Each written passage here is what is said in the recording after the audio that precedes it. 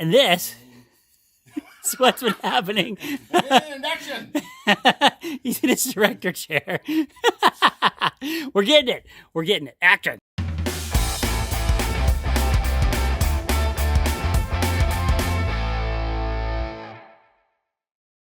Hey, you made it. Thanks for coming by and hanging out with Uncle Jake. We got a really cool project we're getting ready to start here. So I'm getting ready to head out the office. And I want to tell you before we get there what we're doing. So you know what tools to grab, you know what equipment, you know what fun we're going to have. What we're doing next is there's a little sneak peek right there, kind of, sort of, but not really. I'll tell you, we're going to be leveling out the Raptor. Now, there's two ways to do this, because in a truck, as I've said before, when you buy one, they're almost always slanted. They're at a rake, where the front is lower than the back. Now, they do this so that when you put a heavy load in the truck or a trailer or whatever, it levels the back out and it's not popping a wheelie. I totally get that. On my last truck, I actually leveled my truck and I put air shocks in the back. Not like really cool, raise them down, low rider kind of stuff, but airbags so that it leveled it back out when you put a heavy load in. On this truck, though, I'm not going to be hauling anything massive, but I would like a little bit of rake. Plus, it's kind of a little bit of a sports stance, So on the Raptor, here's a couple things you can do. You can buy these babies right here. This is what you do for most trucks. This is a leveling kit. This spacer right there, you basically put on the top of the shocks and below the top mounting bracket so that it extends the shocks down, essentially is what happens. And as you can see, those are a few $100. They vary in price, but it's a few $100. The only problem I have with these is it always tends to make the truck almost a tiny bit nose high. Just coach, and I don't like that. Also, by the way, got my Looney Tunes classical pulled up. Yeah, it's pretty good stuff. You know what I'm saying? It's good stuff. Looney Tunes had the best music, man. It's introduced how many generations of kids, well, maybe a couple, but how many kids in those generations to classical music. It's fantastic. That's what I listen to. All these good ones. Yeah, it's cool. All right, back to this. Now, there is something special that I've been mentioning about the Raptor. The Raptor is super unique in a production truck, and that the shocks that come on here look like this. Now, if you take a look at this, I'm going to zoom in here. Whoa, let's get this right. See those 3 ring slots right there? Those are purchase points, and there's a snap ring here.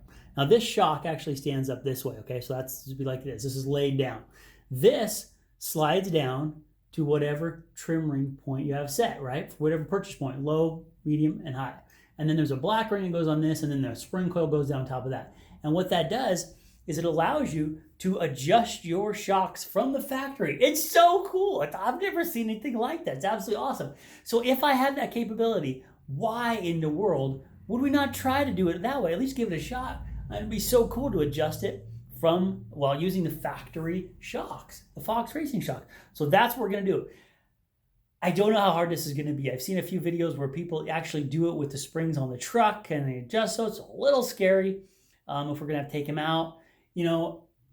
This thing, when I've seen the videos, just slides like nobody's business. Is that going to be the case? Is it going to be gummed up? I really I don't know. You don't know. I don't know. But we're going to find out. And how cool is it to get to do it this way? And essentially, if it works this way, it will be free. Now, there is one danger, and that is that we're going to mess up the shocks, or that there's something already wrong with the shocks. These shocks are at about 130,000 miles, and typically these shocks, because they're so nice, they're rebuildable, which is also super cool. But they're usually something along the lines of 100,000 miles, roughly, where you have to rebuild them, or 130. So we're way past that. So it probably means that the guy wasn't out jumping who owned it before me. Thanks to whoever that was. Sure appreciate you taking care of my truck before I got it. Really awesome. Take care of the Raptor. But that's a lot of miles on him. So I don't really know what's going to happen. But we're going to give it a shot. Why the heck not? I mean, what's the worst that could happen, right? That's right. What's the worst that could happen? Okay, well, let's wrap it up here. Let's finish our work. Let's listen to some Looney Tunes classical, because it's awesome. And then we're going to go make it happen. And I'm so glad to have your help. All right, I'll get back to work. Whoa, you made it. Hey, it's Uncle Jake. Of course you knew that. And here we are with the Raptor. Today, remember I told you I was going to show you something on the shocks that most people do not know about how there's adjustments under here? Yeah, right under there. But first, I want to introduce you to a friend of mine. This is Tom. Say hello, Tom. He's going to help me with this. He's got cars and cool stuff. He's really not a Ford guy. But then, see, look at this. What is that? That's not my car. That looks like a Ford to me. That's my wife's car. Is it your wife's car? Okay, what's this over here? We got to take just a quick tour. What is this? Tell us what this is. That's a 1970 Duster 340 from Plymouth. Dusty 340 of Plymouth. That's all original paint too, right? Yeah. That's cool. And then he's got this thing with green. See, because even the jack is green. And you see that car out there. That one's cool. What's that? Whoops. There we go. I can't even point. That's a 2015 Dodge Challenger SRT 392. Ooh, we'll do a video on that one. We'll see if he'll let me drive it. I sat in it once, and I drove it once around the block. It was really cool. But today, it's all about the Raptor. And see if we can let me see if I can get over here and show you. You've seen a picture of the still. We'll probably put that in there. But there's that slant that we talked about. I can't point in the camera. It's really hard. There we go. Slant from here to here. We're going to raise that up. We're going to do 1 inch. We're going to do a little time lapse so you don't have to sit here with the boring parts. And we'll jump in. We'll talk about the cool parts. Okay, let's get started.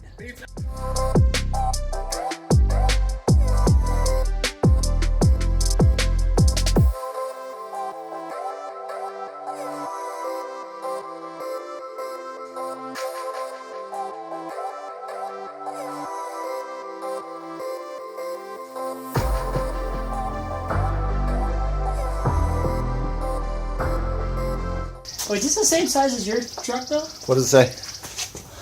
I don't know. Big.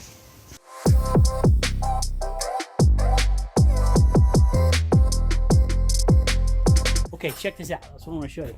So the reason that even if you know these shocks actually are adjustable, if you look at them, you can't tell because the rings that you adjust are under here, totally covered up. So I want to say something now. This isn't something I necessarily recommend you do at home. Tom and I are doing this for fun, and we've had experience, so we're good. But if you don't know what you're doing here, this spring is really, really dangerous. So take it to professional. Don't play around, but check that out. Isn't that cool? So that's why you can't tell. So we're gonna take it apart, and I'll update you in a little bit.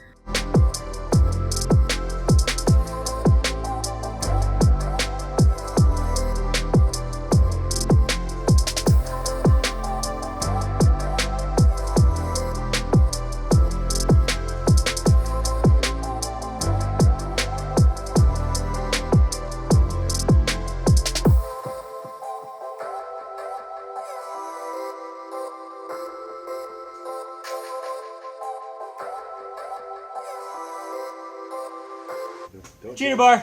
Don't do anything.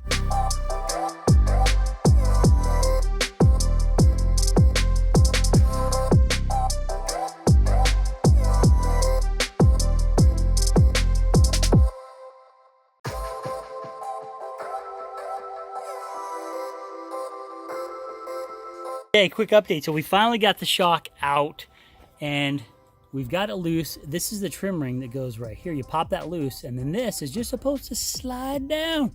Just slide it. It's just easy. Well, it doesn't slide. Look at all the crud and crap and grime in there. So we've been beating on this for a while.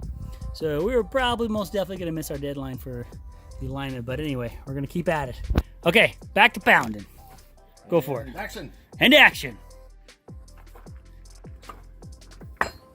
Watch me get my thumb. Don't do that. It's on. This one's being recorded. Safety first.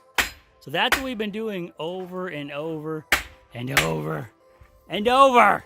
And this is only side one, but we're learning, right? Okay, we're gonna keep at it.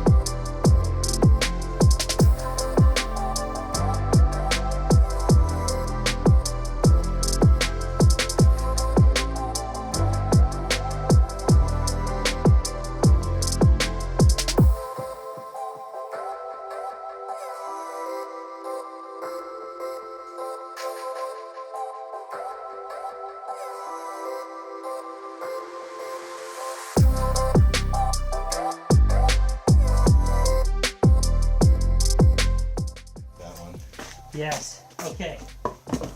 Okay, update. Can I hear you? I think you can hear me. Can you hear me? You'll probably hear me. I have been working at this. Can you hear me? Testing. So, we were working at Action! this all day. Action!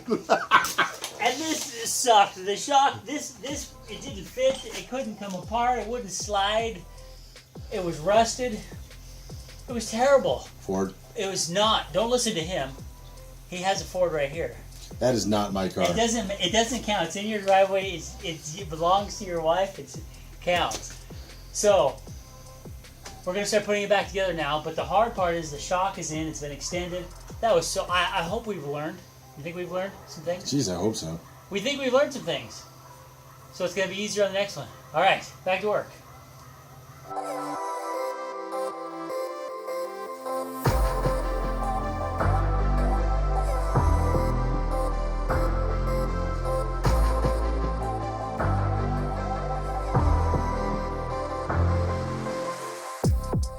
Wow, it's getting late.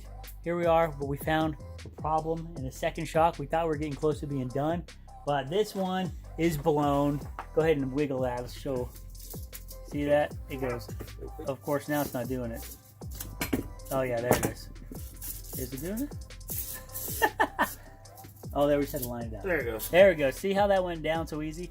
Not supposed to do that. So now we got to get new shocks. Now we knew this was potentially a risk buying this truck with, you know, original shocks, but we were hoping. So now the question is, do we buy shocks? Do I buy them for both fronts? Probably the answer is yes. And now we're blocking we're blocking the driveway. We gotta figure that out. Do we put it back together? What do we do? So we'll figure it out. But thanks for hanging out. It was a long day. Sure appreciate your hanging out with us. We're gonna get cleaned up. You go ahead and go home, and we'll tell you later when we're back working on this. Thanks so much. Uncle Jake's out.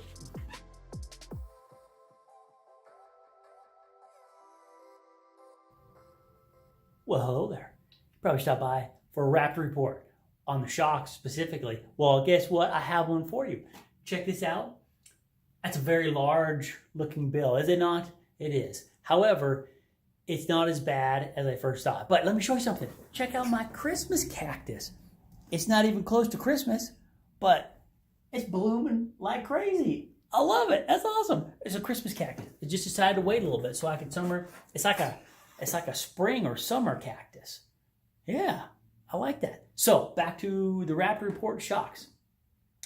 As you know, because you were there, of course, one of the front shocks was blown, which means probably the second front shock is also close to being blown. So it makes sense for Uncle Jake to just go ahead and replace both of those front shocks, even though it's a little spendy.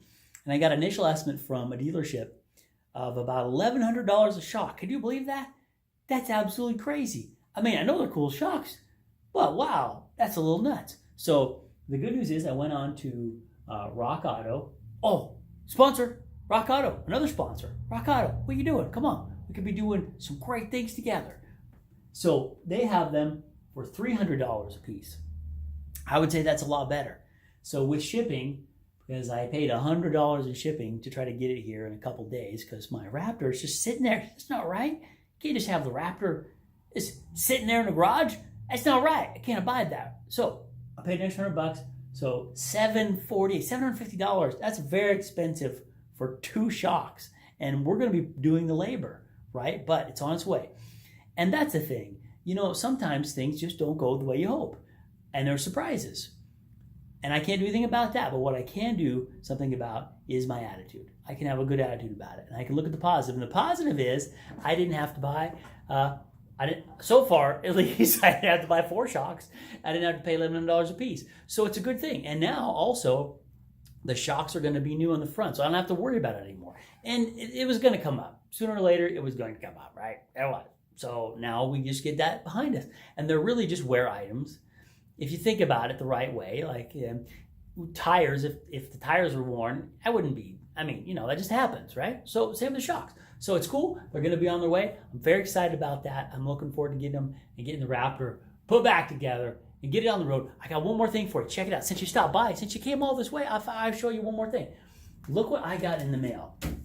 It's something, if I can pick this up, from Ford Raptor Owners Group. I was like, what is that? Did somebody just know I bought a Raptor and I'm part of some group now?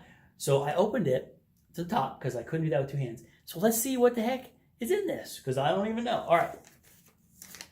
Let's see what we got in here. Oh, check it out. I know what this is. I've been waiting for this. It's the orange strip for the Raptor on the steering wheel because the one that I have is gone. I mean, it's like gone. It's like been removed. So I ordered this. So that's really cool. It's just it's a strip. And you know what the strip's for? It goes in the center of the wheel.